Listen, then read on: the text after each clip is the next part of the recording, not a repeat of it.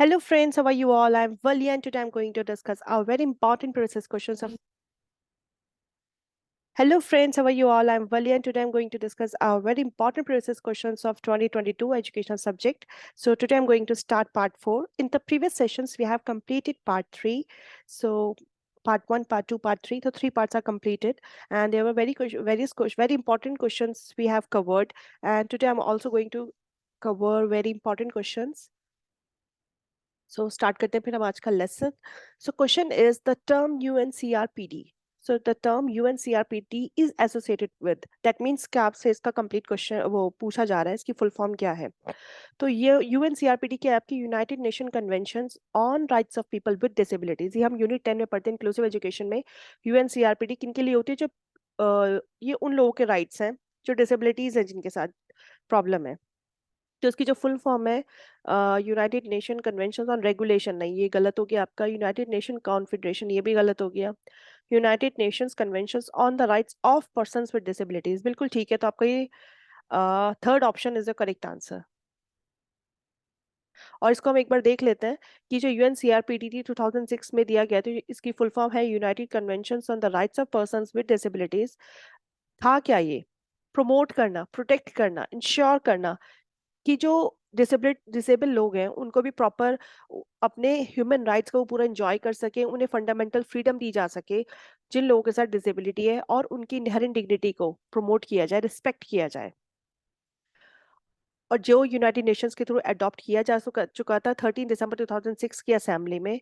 ये राइट्स बनाए गए थे डिसेबल लोगों के लिए. इसके प्रिंसिपल्स क्या थे, सिद्धांत क्या थे? कि उनके साथ आप किसी भी तरह का कोई डिस्क्रिमिनेशन नहीं करेंगे, उनको प्रॉपर इफेक्टिव फुल पार्टिसिपेशन दिया जाना चाहिए, इंक्लूजन होना चाहिए. दैट मीन्स उनको अलग नहीं रखना है, उनको नॉर्मल लोगों के साथ रखना है सोसाइटी में, और उनकी रिस्पेक्ट करनी है, उनकी इंडिविजुअल ऑटोनॉमी को मेंटेन करना है. ये सब बातें इनके अंदर कही गई थी. तो आंसर हमारा हो चुका है थर्ड. नेक्स्ट क्वेश्चन है हमारा. यहाँ आपको मैचिंग दी गई है, थ्योरी कंसेप्ट्स दिए हैं जो आपको डिस्क्रिप्शन के साथ मैच करने हैं. अच्छा, इसके अंदर एक बहुत अच्छा पॉइंट है, ये है finding solution of immediate problem. ये हमारी बहुत इंपॉर्टेंट रिसर्च का पार्ट आता है जो कि बहुत इजी भी माना जाता है, जिसे हम कहते हैं एक्शन रिसर्च. एक पर्टिकुलर सेटिंग में बिना जनरलाइजेशन फाइंडिंग्स के एक सिचुएशन को स्टडी करते हुए आप उसको इमीडिएट सॉल्यूशन देना प्रॉब्लम का, वो आपका एक्शन रिसर्च के साथ जाता है. तो यहाँ आपका बिल्कुल क्लियर हो जाता है एकदम एक ही पॉइंट से. डेवलप करना थ्योरीज, डेवलप आप फंडामेंटल रिसर्च में करते हैं जिसको हम बेसिक रिसर्च कहते हैं. तो ए का 4, बी का 3, ये आपका मैच कर रहा है. अडेप्टेशन होना थ्योरीज का. अडेप्ट कब करते हैं आप थ्योरीज को? जब आप अप्लाई वो हाँ राइट, जब आप अप्लाई करते हैं. दैट मीन्स एप्लीकेशंस के बेसिस पे तब आप अडेप्ट करते हैं. नो हाइपोथेसिस आर प्रपोज्ड और टेस्टेड, वो आपकी असेसमेंट स्टडीज होती है जिसके अंदर ना तो हाइपोथेसिस प्रपोज की जाती है ना ही टेस्ट की जाती है. वो आपकी असेसमेंट स्टडीज होती हैं. तो इस बेसिस पे जो आपका सेकंड ऑप्शन है विच is your correct answer. Next question बहुत इंपॉर्टेंट क्वेश्चन पियाजे से आता है, साइकोलॉजी का ये क्वेश्चन है हमारा. और अक्सर थ्योरी ऑफ पियाजे पे पेपर 1 पेपर 2 दोनों में क्वेश्चंस आने लगे हैं. तो पियाजे ने 4 स्टेजेस की बात की थी, जिसमें फर्स्ट स्टेज होती है इसकी sensory motor stage. First stage होती है हमारी सेंसरी मोटर स्टेज, जो 0 से 2 ईयर्स तक के बच्चों के लिए होती है, इन्फेंसी जिसे हम कह सकते हैं. सेकंड स्टेज होती है pre operational stage which is 3 to 7 years. And the third one is concrete operational stage, which is 7 to 11 years. And the fourth one is formal operational stage, 11 onwards, और कहीं कहीं आपको ये 12 ऑनवर्ड्स भी दिखाई देगी. So choose the correct answer according to the code. तो हमें पता चल चुका है first sensory motor, second pre operational, B third, and the D one is fourth. तो इस बेसिस पे आप देख सकते हैं ए आएगा आपका सबसे पहले. तो ए आएगा, देन आएगा सी, ए सी, एंड देन आएगा बी, एंड देन डी. तो fourth option is your correct answer. इसकी मैंने पूरी थ्योरी भी बना रखी है, आप चाहें तो मेरी प्लेलिस्ट में जाके थ्योरी ऑफ पियाजे भी देख सकते हैं. वहां पे आपको सेंसरी मोटर कॉन्क्रीट ऑपरेशनल की पूरी मैंने डिटेल दिया हुआ है. मैं डिस्क्रिप्शन में भी लिंक डाल दूंगी थ्योरी ऑफ पियाजे का. The standard error of means. आपको बता दें just standard error of mean क्या है. Standard error of mean has a greater value होती है स्टैंडर्ड डेविएशन की इंडिविजुअल स्कोर्स की, या फिर डिक्रीज करती है, क्योंकि एरर है कब डिक्रीज करते हैं? जब सैंपल का साइज आप इंक्रीज करते हो. तो यही बात इसमें लिखी हुई है और यही आपका आई थिंक सही ऑप्शन होना चाहिए. Is less, standard error mean less for the samples drawn from heterogeneous group. नहीं, इसमें जो सही आंसर है वो आपका बी, कि स्टैंडर्ड एरर ऑफ मीन को अगर आपको डिक्रीज करते जब आपका सैंपल साइज इंक्रीज हो जाता है ना, तो वो अपने आप डिक्रीज हो जाती है. तो अगर आपको कभी भी सैंपल एरर स्टैंडर्ड एरर को कम करना हो, तो उसमें क्या कहा जाता है कि आप सैंपल साइज को इंक्रीज कर लें. सैंपल साइज आप इंक्रीज कर लोगे तो आपकी एरर अपने आप डिक्रीज हो जाएगी। तो B option is your correct answer. Next question है हमारा, which of the following programmes are related to quality improvement. किसकी बात की जा रही है? क्वालिटी इंप्रूवमेंट की बात की जा रही है। किसके अंदर की जा रही है? इन सर्विस एजुकेशन के अंदर। क्वेश्चन में चीज बहुत इंपॉर्टेंट है देखना कि प्री सर्विस दिया गया है, इन सर्विस दिया गया है, ट्रेनिंग की बात की जा रही है, या क्वालिटी इंप्रूवमेंट की बात की जा रही है इन सर्विस एजुकेशन में। तो कौन सी चीजें, कौन से प्रोग्राम्स रिलेट करते हैं? Foundation courses in teacher education, ये आपके ट्रेनिंग के टाइम पे पढ़ाया जाता है, तो ये इन सर्विस में नहीं पढ़ाया जाता। स्किल डेवलपमेंट प्रोग्राम्स होते हैं, रिफ्रेशर कोर्सेज होते हैं इन सर्विस में, ये बिल्कुल ठीक है आपका, 20 करेक्ट।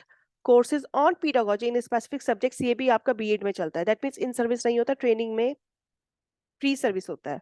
इंडक्शन मीटिंग तो आपकी इन सर्विस में कराई जाती है, लेकिन क्वालिटी इंप्रूवमेंट के लिए नहीं होती। आपको क्या पॉलिसीज हैं, क्या सर्विसेज हैं, क्या इंफ्रास्ट्रक्चर है, सब चीज़ें समझाना समझना उसके लिए होती है। Micro simulation for competency development के लिए micro simulation is a good option. तो बी और ये आपका अच्छा ऑप्शन है। इंडक्शन मीटिंग भी कहीं ना कहीं आ सकता है, लेकिन हमें ऑप्शंस के अकॉर्डिंग भी जाना होता है। अगर हमें बी, डी और ई ऑप्शन दिए होते तो मे बी शायद हम कर सकते हैं, लेकिन यहाँ पे हमारे पास सिर्फ ऑप्शन बी और ई है, और डी से अच्छा ऑप्शन हमारे पास ई है, तो इसलिए हमें बी और ई को यूज करना होगा। डी के अच्छा ऑप्शन, क्योंकि यहाँ पे कॉम्पिटेंसी डेवलपमेंट के लिए जो माइक्रो सिमुलेशन कराया जा रहा है वो भी इन सर्विस में कराया जाता है, तो इसलिए जो आपका बी और ई ऑप्शन है is your correct answer. Next question है आपका, करेक्ट ईयर पूछे पब्लिकेशन का। किसका publication? National curriculum framework, NCF. आर एन एजेंट सीक्वेंशियल ऑर्डर में आपको लगाना है। तो हम जानते हैं 2000 2005 एनसीएफ 2000 एनसीएफ 2005 के बारे में हमने पढ़ा है, जो एनसीईआरटी ने दिया है हमें। तो एक बार प्रॉपर्ली देख लेते हैं कि इसका एग्जैक्टली क्या है। एनसीईआरटी ने क्या दिया था हमें? इंडिया ने पब्लिश किया था 3 नेशनल करिकुलम फ्रेमवर्क, 2000, 1988, 1975 में। तो जो लेटेस्ट एनसीएफ था वो था हमारा 2005 का, जो हम पढ़ रहे हैं। जो डॉक्यूमेंट ऑफर किया गया था फ्रेमवर्क के लिए, टेक्स्ट बुक के लिए, सिलेबस के लिए, टीचिंग प्रैक्टिसेस के लिए, एजुकेशनल प्रोग्राम्स में इंडियन स्कूल्स में। और जो आपका एनसीएफ 2005 है वो ट्रांसलेट किया जा चुका है 22 लैंग्वेजेस में, और उसके 17 स्टेट्स में उसके सिलेबस है। तो जो हमारा है 1975, 1988 एंड 2000, तो एक बार देख लेते हैं कौन कौन से ऑप्शंस आपको गिवन है। 88 इसमें नहीं है, तो 1975, 2000 तो 2005 ही हम लेंगे। सो बी, डी एंड ई। कई बार क्या होता है, आप ऑप्शन आपको अकॉर्डिंग टू जो ऑप्शन आपको गिवन होते हैं ना उसके अकॉर्डिंग भी लगाने पड़ते हैं, तो ये चीज देख के लगाइएगा। मतलब ऐसा ना हो जाए कि आप 1988 की वजह से 1987 लगा दें, 2005 छोड़ दें। तो 1975, 2000, 2005 तो बहुत इंपॉर्टेंट है, ये तो गिवन है तो इन्हें तो लगाना ही लगाना है। बाकी का ऑप्शंस में जो गिवन है उसके बेसिस पे आपको लगाना है। ये बहुत अच्छा क्वेश्चन है, ये आपकी यूनिट 2 से बिलोंग करता है, polity economics concept of education जो है। अब बैंकिंग कंसेप्ट ऑफ एजुकेशन की बात किसने की थी? बैंकिंग कंसेप्ट ऑफ एजुकेशन की बात हमें की थी पॉलो फ्रायर ने, और इन्होंने क्या कहा था वो एक बार देख लेते हैं। इन्होंने बात की थी 1968 बुक में, पीडागोजी ऑफ द ऑप्रेस्ड। इनकी बैंकिंग कॉन्सेप्ट इन्होंने दिया था। इन्होंने कहा था जो मेथड है ना टीचिंग का, लर्निंग का, वो कैसा है कि सिंपली ये है कि आपने पढ़ा दिया, बच्चे ने इन्फॉर्मेशन को दिमाग में स्टोर कर लिया, ठीक है। जो बैंकिंग टाइप ऑफ एनवायरनमेंट कही गई थी इन्होंने, क्लासरूम में structured in a way that the primary duty of students is to remember and accurately recall the information provided by the instructor. जो हमारा सिस्टम ऑफ एजुकेशन था वो ये था कि टीचर ने आपको पढ़ा दिया और आपने उसे स्टोर कर लिया, उसी को आपने रट लिया, दैट मीन्स रोट मेमोराइजेशन काफी हद तक हमारे यहाँ रह चुका है। They are not ask to participate in any other way. Teachers क्या करते थे, आपको दूसरे तरीके से, जैसा आजकल कराया जा रहा है, activity by learning by doing, hands on experience, real life experiences जो कराए जाते हैं बच्चों को लैब्स में, रियल लाइफ रियलिस्टिक सिचुएशंस दिखा के, ट्रिप पे ले जाके बच्चों को समझाया जाता है, डेमोन्स्ट्रेशन कराया जाता है। ये चीजें नहीं थी। टीचर ने पढ़ा दिया, बच्चों ने पढ़ लिया, उसने स्टोर कर लिया अपनी इन्फॉर्मेशन अपने माइंड में, उसी को रिकॉल कर लिया। इस तरह से बच्चे इन्फॉर्मेशन लिया करते थे। तो इस अप्रोच में word is seen as static, मतलब ऐसे क्या हो रहा था कि जब इस तरह से पढ़ाया जा रहा था, जो हमारी एजुकेशन सिस्टम था बिल्कुल स्टैटिक था, अनचेंजेबल। तो स्टूडेंट्स को कैसा होना चाहिए? बहुत डाइवर्जेंट थिंकर्स होने चाहिए। वो कब होते हैं? क्रिटिकल थिंकिंग डेवलप होनी चाहिए, जब आप बच्चे को सोचने के लिए कुछ दोगे, कुछ प्रॉब्लम्स दोगे जो बच्चा खुद सॉल्व करेगा। तो इन्होंने इस पे बात की थी। तो ये था हमारा बैंकिंग कंसेप्ट इन एजुकेशन के, जो पहले थी इन्फॉर्मेशन वो इस तरह से दी जाती थी बच्चों को। ऐसा नहीं होना चाहिए। होना कैसा चाहिए? फ्रेंड ने क्या प्रपोज किया था कि जो प्रॉब्लम सॉल्विंग मेथड होना चाहिए एजुकेशन के अंदर, और ये जो मेथड होता है ये किस चीज से कंसर्न होना चाहिए कि बच्चे के सामने रियलिटी प्रेजेंट करनी चाहिए। टू वे लर्निंग होनी चाहिए, दैट मीन्स डायलॉग होने चाहिए, टीचर से इंटरेक्ट करे बच्चा, प्रॉब्लम सॉल्विंग मेथड होना चाहिए। ऐसे नहीं कि टीचर ने पढ़ा दिया और बच्चे ने कर लिया। बच्चे को आपको क्रिटिकल थिंकर बनाना है। वो कैसे बनेगा? जब वो सोचेगा, मेहनत करेगा, इंटरेक्ट करेगा, उसे पता होना चाहिए रियलिटी क्या है। तो most importantly problem solving method जो होता है एजुकेशन में, अलाउ करता है स्टूडेंट्स को कि वो इन सब चीजों को ब्रेक करे जो एक अथॉरिटेरियन नेचर चल रहा है ट्रेडिशनल एजुकेशन में, और एजुकेशन सिस्टम को डायनामिक करें, स्टैटिक नहीं करें, चेंजेबल होनी चाहिए चीजें। जो भी चीजें चली आ रही हैं वो अच्छी होनी चाहिए। प्रॉब्लम सॉल्विंग स्किल्स बच्चों के पास आनी चाहिए, डाइवर्जेंट थिंकर्स होने चाहिए बच्चे हमारे, क्रिटिकल थिंकिंग उनकी डेवलप होनी चाहिए ताकि वो प्रॉब्लम्स को सॉल्व करें। और जो आपकी लर्निंग होनी चाहिए वो टू वे होनी चाहिए।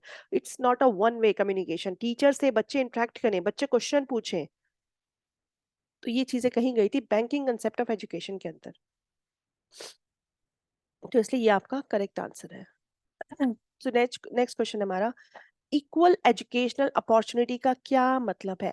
Equal education opportunity that means सबको, सबके अकॉर्डिंग इक्वल एजुकेशन अपॉर्चुनिटी मिलनी चाहिए, किसी के साथ कोई नाइंसाफी नहीं होनी चाहिए। Equal accessibility to have suitable education, जो जिसके लायक है उसे वो सुटेबल एजुकेशन मिलनी चाहिए। बिल्कुल ठीक पॉइंट है। फ्री एजुकेशन होनी चाहिए गर्ल्स की, यहाँ बात सिर्फ गर्ल्स की नहीं की जा रही है, अपॉर्चुनिटी इक्वल एजुकेशन की बात की जा रही है, सो दैट मीन्स सबके लिए। Equality of educational standards for minorities and disable, सिर्फ डिसेबल और माइनॉरिटी की बात नहीं की जा रही, सबके लिए बात की जा रही है, तो ये भी गलत हो गया। ए और बी नहीं, सिर्फ ए ठीक है हमारा, तो ये गलत हो गया। बी एंड सी ये तो ऑलरेडी गलत है। तो अल्टीमेटली आपका आंसर निकल के आ गया A, which is your correct answer. Okay, so friends, thank you for your attention. Stay blessed, enjoy learning, and I wish कि लेसन आपके लिए काफी यूजफुल और हेल्पफुल हो। सो प्लीज मेरे चैनल को सब्सक्राइब करिएगा और लाइक शेयर करिएगा, ताकि और अगर आपको कोई भी प्रॉब्लम हो तो आप मुझसे कमेंट सेक्शन में पूछ सकते हैं। So stay blessed, enjoy learning, and see you soon with the next video.